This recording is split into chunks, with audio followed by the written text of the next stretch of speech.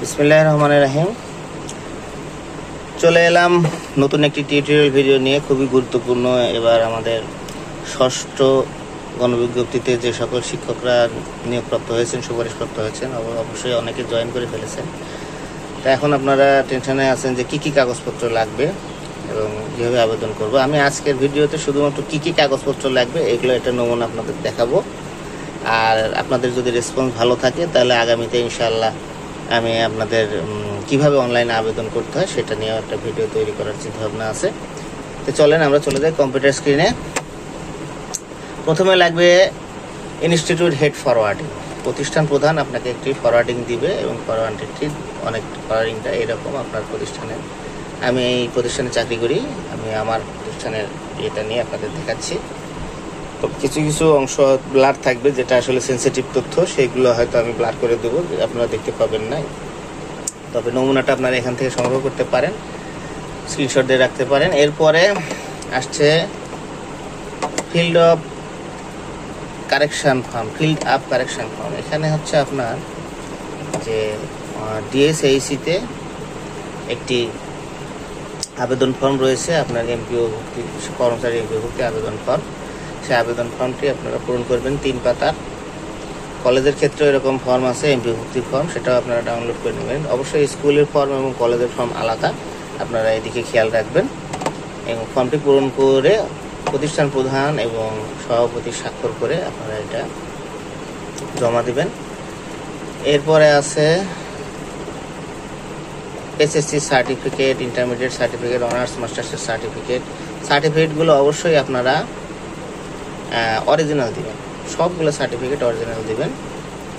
এবং আরেকবার বলে রাখি যে মার্কশিট, এসএসসি ইন্টারমিডিয়েটের মার্কশিট এখানে আপলোড করার দরকার নেই এবং মাস্টার্সের মার্কশিট আপলোড করার দরকার নেই। এইখানে দেখেন আদার্স একাডেমিক সার্টিফিকেট, এইখানে আপনার যদি প্রশিক্ষণের কোনো কাগজপত্র থাকে কিংবা কম 6 মাসের ডিপ্লোমা কিংবা কোনো স্পেশালিটি ডিপ্লোমা স্কিল যদি থাকে এখানে আপলোড করতে পারেন। আর যদি না থাকে তাহলে এইভাবে প্রযোজ্য নয় একটি স্ক্রিনশট জেপিজি আকারে অথবা পিডিএফ আকারে প্রযোজ্য নয় লিখে দিবেন। এরপরে আপনারা মার্কশিট দিবেন হচ্ছে শুধুমাত্র এই যে মার্কশিট অফ ব্যাচেলার ডিগ্রি, এটা দিবেন শুধুমাত্র অনার্সের মার্কশিট, অনার্স অথবা ডিগ্রি লেভেলের যে মার্কশিট সেটা দিবেন। বিএড সার্টিফিকেট থাকলে বিএড সার্টিফিকেট দিবেন। আর এনটিআরসি সার্টিফিকেট এখানে অরিজিনাল। অবশ্যই আপনাদের এখানে অনলাইন কপি যে থাকে অনলাইন কপিটা দিবেন। এটা আগে তো সার্টিফিকেট দিত, সে সার্টিফিকেট দিতে অনলাইন কপি, কালার কপি দিবেন। এবং মার্কশিটের কথা বলি, মার্কশিট এসএসসি ইন্টার এবং ডিগ্রি এগুলো প্রয়োজন আছে। এগুলো প্রয়োজন বলতে এগুলো মার্কশিটে লেখা থাকে কত তারিখে প্রতিষ্ঠান আপনার কত তারিখে রেজাল্টটি প্রকাশিত হয়েছে, এটা আপনাদের ফর্মে উল্লেখ করতে হয় এবং আপনাদের বিভিন্ন তৃতীয় ধাপে ওটা লিখতে হয়। এই কারণে মার্কশিটটি কাছে রাখলে আপনারা সেই তারিখটি সহজে লিখতে পারবেন। সার্টিফিকেটে অনেক সময় তারিখ থাকে না, এসএসসি ইন্টারে থাকে কিন্তু অনার্স মাস্টার্সে থাকে না। সেক্ষেত্রে আপনারা মার্কশিটটি সংরক্ষণ করে রাখবেন, কিন্তু আপলোড করবেন শুধুমাত্র অনার্সের মার্কশিট। এরপর আসবেন অ্যাপয়েন্টমেন্ট লেটার, যেখানে আপনাদের নিয়োগপত্র, প্রতিষ্ঠান থেকে যে নিয়োগপত্র দিবে সেই নিয়োগপত্রটি দিবেন। এবং তারপর দিবেন যোগদানপত্র আপনারা নিজেরা যেটা জমা দিয়েছেন। অবশ্যই খেয়াল রাখবেন যে এটা যেন যোগদানপত্র গৃহীত হইলে এরকম মর্মে প্রতিষ্ঠান প্রধানের লেখা থাকে। এরপরে আপনারা দেবেন bank account slip and certificate. Bank account slip and সার্টিফিকেটে বলছি যে আপনারা যে প্রথম অ্যাকাউন্ট খোলার জন্য যে টাকা জমা দিয়েছেন যে রসিদটা, সেই রসিদটা অবশ্যই এখানে অ্যাটাচ করবেন। এই যে আমি যেভাবে দিয়েছি এই প্রত্যয়নপত্রের সাথে অ্যাটাচ দেবেন এবং পারলে সাথে আপনাদের যে অ্যাকাউন্ট খোলার পরে যে প্রথম স্টেটমেন্টটি নিয়েছেন সেই কপিটি দিবেন। এরপরে আসবে number of student related subject. এটা বিশেষ করে কলেজ শাখায় যারা থাকেন তাদের জন্য এটা খুবই গুরুত্বপূর্ণ বিষয়, কারণ আপনি যে বিষয়ে শিক্ষক হিসেবে এসেছেন সেই বিষয়ে কতজন স্টুডেন্ট আছে এটা গুরুত্বপূর্ণ। জেনারেল শাখায় হলে আপনারা এই ফরম্যাটটি ফলো করবেন, যেহেতু ষষ্ঠ, সপ্তম, অষ্টম, নবম, দশমে কতজন স্টুডেন্ট আছে। ইসলাম ধর্ম, হিন্দু ধর্ম, বিজ্ঞান শাখা, মানবিক শাখা, বাণিজ্য শাখা এটা উল্লেখ করে দিলে হবে কি সায়েন্সের টিচারদের জন্য এবং আর্টসের টিচারদের জন্য কতজন স্টুডেন্ট আছে, ইসলাম ধর্মের শিক্ষকদের জন্য কতজন। আমাদের স্কুল শাখা বিভাজনই এই কয়েকটা, কিন্তু কলেজ শাখা যখন আপনারা যাবেন তখন আপনার প্রত্যেকটা সাবজেক্ট ওয়াইজ স্টুডেন্টের ইয়ে থাকে। এই জন্য আপনারা এরকম শখের পরে নিচে স্পেসিফিক আপনার জীববিজ্ঞান, মনোবিজ্ঞান, ভূগোল, রসায়নে কতজন স্টুডেন্ট আছে এটা আপনারা লিখে দিবেন। এবং তার সাথে রিসেন্ট যে ক্লাস 9-এর যে রেজিস্ট্রেশনের যে ইএসআই ফর্মটা থাকে, এই একটা সালের ইএসআই ফর্ম দিলেই চলবে। আপনি মনে করেন এখন আমরা 26-25 সালে আছি, 24 সালে যারা 25 সালে যারা পরীক্ষা দিয়েছে তাদের ইএসআই ফর্মটা দিতে পারেন। আর যদি 9-এর রেজিস্ট্রেশন যেহেতু এখনো হয় নাই, 9-এর রেজিস্ট্রেশন যদি এবার হতো তাহলে আপনি সেই কপিটাও দিতে পারতেন, এখানে সমস্যা নাই। এরপরে আসছে লাইব্রেরি পার্টিকুলার্স। লাইব্রেরি পার্টিকুলার্সটা কি, যে আপনার স্কুলে যে লাইব্রেরিটি আছে সেই লাইব্রেরিতে কী কী আছে, টেবিল চেয়ার বই কতগুলো আছে এই সম্পর্কে একটি প্রত্যয়নপত্র প্রতিষ্ঠান প্রদান দিবেন। আচ্ছা, তারপরে আসছে ল্যাবরেটরি পার্টিকুলার্স। আপনার প্রতিষ্ঠানে ল্যাবরেটরি কী কী ল্যাবরেটরি আছে, মনে করেন যে রসায়ন পদার্থ জীববিজ্ঞান আইসিটি ল্যাবটা এখানে তখন দেওয়া হয় নাই, তো আপনি আইসিটি ল্যাবটা এখানে যুক্ত করে দিতে পারেন। আপনার অনেক প্রতিষ্ঠানে আইসিটি ল্যাব আছে, অনেক প্রতিষ্ঠানে আইসিটি ল্যাব নেই। এরপরে আসছে teacher staff statement. Teacher staff স্টেটমেন্টের কি, এখানে প্রতিষ্ঠান আমাদের একটা ছক দেওয়া থাকে যে টিচারকে তালিকা কার পজিশন কোথায়, সেইভাবে আপনারা এটা তৈরি করবেন এবং পারলে আমার মতো এরকম হাইলাইট করে দেবেন যে কোন পদটি প্রস্তাবিত কত স্কেলে যাবে, হাইলাইট করে দিয়ে এখানে প্রতিষ্ঠান প্রধান এবং সভাপতির সিল সহ স্বাক্ষর দিবেন, এবং এটা আপলোড করবেন।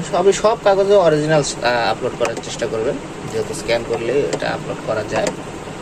এরপর আসছে যে রেজিগনেশন, ডেথ অ্যান্ড ক্লিয়ারেন্স। আমি এখানে একটা জিনিস উল্লেখ করে বলে থাকি যে এই পদে যদি এর আগে কেউ চাকরি করে থাকে তাহলে তার রিজাইন লেটারটা লাগবে, আর যদি মারা যেয়ে থাকেন তাহলে তার ডেথ সার্টিফিকেটটা লাগবে, আর যদি সে রিটায়ারমেন্ট করেন তাহলে একটা প্রত্যয়নপত্র এইভাবে লিখে দিলেই হবে যে সে রিটায়ার করেছে, আর তার ব্যাংকের নন রয়্যাল সার্টিফিকেটটা লাগবে এর নিচে দেওয়ার জন্য।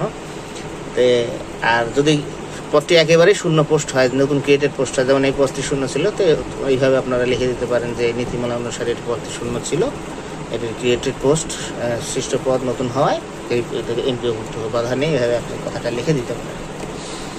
এরপরে আমি যেটা বললাম একটু আগে যে আপনারা নন রয়্যাল ব্যাংক সার্টিফিকেট, এটা হচ্ছে ওই পদে যদি কেউ আগে চাকরি করে থাকতো এখানে আপনারা ব্যাংকের একটি প্রত্যয়নপত্র দিতে পারেন। আর যেহেতু এনার এখানে কেউ ছিল না, এজন্য দেই নেই। এবং লাস্ট রিকগনাইজেশন, শেষ স্বীকৃতি, প্রতিষ্ঠানের শেষ যে স্বীকৃতির কপি অফিস থেকে সংগ্রহ করে শেষ স্বীকৃতির লাস্ট কতদিন পর্যন্ত স্বীকৃতি দিবেন। তারপর আসবে অ্যাপ্রুভাল অফ এসএমসি, মানে আপনার কমিটি, শেষ কমিটি কোনটা, যদি অ্যাডহক হয় অ্যাডহক, যদি রেগুলার হয় রেগুলার কমিটির কাগজটা দিবেন। আর কোনো কারণে যদি কমিটি না থাকে তাহলে পূর্বের যে কমিটি আছে সেই কমিটিটি দেবেন, এবং নতুন কমিটির যে চলমান প্রক্রিয়া আছে তৈরি করার, সেই দিয়ে একটা আবেদনপত্র দিবেন, এটা দিয়েও করা যাবে। তারপর আসতেছে লোকেশন সার্টিফিকেট। আপনি যদি ইউনিয়ন পরিষদে হন ইউনিয়ন পরিষদ থেকে নেবেন, পৌরসভা হলে পৌরসভা থেকে নেবেন, জেলা হলে জেলা থেকে নেবেন, আর বিভাগ হলে বিভাগ থেকে নেবেন, নিয়ে একটি প্রত্যয়নপত্র এখান থেকে লাগিয়ে জমা দেবেন। তারপর আসতেছে রেজুলেশন বলতে আপনারা এখানে প্রথমে ইরিগেশন প্রদান করলাম, যে আমরা প্রথমে চাহিদা দিয়েছি তার অংশটুকু দিয়েছি, এবং পরবর্তীতে আমরা যে রেজুলেশনের বদলে আমরা চাহিদা দিয়েছিলাম সেই রেজুলেশন, এবং তারপরে দেব হচ্ছে আমরা যে আপনাদের নিয়োগপত্র প্রদানের জন্য যে রেজুলেশনটি দেওয়া হয়েছিল সেই রেজুলেশন, এবং 4-5 দিন পরে যে আপনাদের যোগদানপত্র অনুমোদন হলো সেই রেজুলেশন। মোট 3টি রেজুলেশন আমরা দেব, সাথে এই রেজুলেশনের কপিটা আমরা দেব। রেজুলেশনের পরে আসছে নিউজ পেপার অফ অ্যাডভার্টাইজমেন্ট। যেহেতু অনেকে মনে করেন যে পত্রিকার যে কপি সেটাই দেওয়াই ভালো, আসলে পত্রিকা কাটিং অনেকে দেওয়ার চেষ্টা করে, আসলে পত্রিকার কাটিংটা না দিলেও সমস্যা নেই। আপনারা দেবেন হচ্ছে মূলত অনলাইনে যে ওয়েবসাইট থেকে যে চিঠিটা দিয়েছে সেইটাই দিবেন, দিয়ে আপনারা এইটাই পাবলিশ ফ্রম এনটিআরসি এইভাবে একটা অপশন আছে, আমরা এইভাবে দিয়ে এখান থেকে আমরা দিব। এবং তারপরে দিব হচ্ছে আমরা যে চাহিদাটা দিয়েছিলাম সেই চাহিদার পেইড কপি, চতুর্থ গণবিজ্ঞপ্তি পেইড কপিটা দেবো, ষষ্ঠ গণবিজ্ঞপ্তি যেটা দেবো সেটা দেবো, তারপর সুপারিশ বিজ্ঞপ্তিটা দেবো। এই কয়েকটা কাগজ এখানে দিলে আমরা নিউজ পেপার হিসাবে কাগজ দিয়ে দেবো এখানে, অরিজিনাল নিউজ পেপার হিসাবে। এবং তারপরে আসছে নিউজ পেপার, পরে আসছে আমরা প্রথম এমপিও, প্রতিষ্ঠানের প্রথম এমপিও কপি আমাদের থাকে প্রত্যেকের। অরিজিনাল কপি দেওয়ার চেষ্টা করবেন অবশ্যই, যদি অরিজিনাল কপি না পান তাহলে অবশ্যই ফটোকপিতে সত্যায়িত করে দেবেন প্রতিষ্ঠান প্রধানের, শেষ এমপিও কপি তো অবশ্যই আপনারা পাবেন অরিজিনাল ইন্টারনেট কপি থেকে। এখন যারা ইএফটিতে বেতন আসতেছে তারা আপনার ইএফটি কপিটা দিবেন, ইএফটি কপিতে এমপিও শিট হিসেবে কাজ ব্যবহার করা যাবে। আচ্ছা, তারপরে আসতেছে হচ্ছে আপনার সিএস কপি। সিএস কপিটা আসলে কি, অরিজিনাল সিএস কপিটা হচ্ছে আগে যখন কমিটিতে নিয়োগ দেওয়া হতো তখন কে ফার্স্ট হয়েছেন, কে সেকেন্ড হয়েছেন, কাকে নিয়োগ সুপারিশ করা হয়েছে সেটা লেখা থাকতো। যেহেতু আমরা গণবিজ্ঞপ্তিতে এটা লেখার সুযোগ নেই, সেখানে আমরা এখানে কিছু কাগজ সন্নিবেশিত করব। এটা হচ্ছে আমাদের যে চাহিদার কপিটি, পেইড কপি, তারপরে উনি যে আবেদন করে চয়েস দিয়েছেন তার পেইড কপি, এবং তারপরে তার ফলাফল হয়েছে তার কপি, তারপরে সে সুপারিশপ্রাপ্ত হয়েছেন তার কপি, এই কয়েকটা কাগজ দিয়ে তারপরে যে আমরা ইয়েস নো করেছি, আমরা যে এনটিআরসিতে আসার পর আপনারা যে যোগদান দিয়েছেন সেই ইয়েস করেছি, যে যোগদান না করেন সেই কপিটা আপনারা অবশ্যই এখানে সন্নিবেশিত করে দিবেন। এরপর আসছে এনটিআরসি রিকমেন্ডেশন লেটার। কি কি কাগজের মধ্যে যে এনটিআরসি রিকমেন্ডেশন লেটারটা অবশ্যই আপনারা দিবেন। তারপরে আসতেছে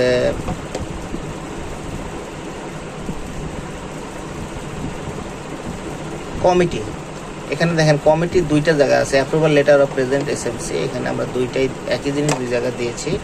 আপনারা চাইলে অনেকে বলে যে এটা রেজুলেশন দিতে হবে না, রেজুলেশনের জন্য আলাদা ঘর আছে, এই জন্য আমরা এখানে একই কমিটির কাগজ দুই জায়গা দেবো। তারপর সাবজেক্ট অ্যাপ্রুভাল, প্রতিটা প্রতিষ্ঠানেরই বিষয়ের অনুমোদনের চিঠি আছে, অতিরিক্ত শাখা থাকলে সেই শাখা অনুমোদনের চিঠি আছে, বিষয় অনুমোদনের চিঠি আছে, এগুলো আমরা এখানে সন্নিবেশিত করে একসাথে দিয়ে দেব।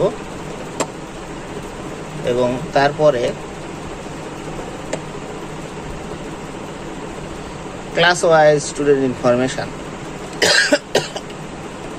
কোন ক্লাসে কতজন স্টুডেন্ট আছে আমরা এইভাবে ষষ্ঠ ক শাখা, খ শাখা, গ শাখা, এইভাবে আমরা স্টুডেন্ট সংখ্যাটা আমরা এখানে দিয়ে দিতে পারি।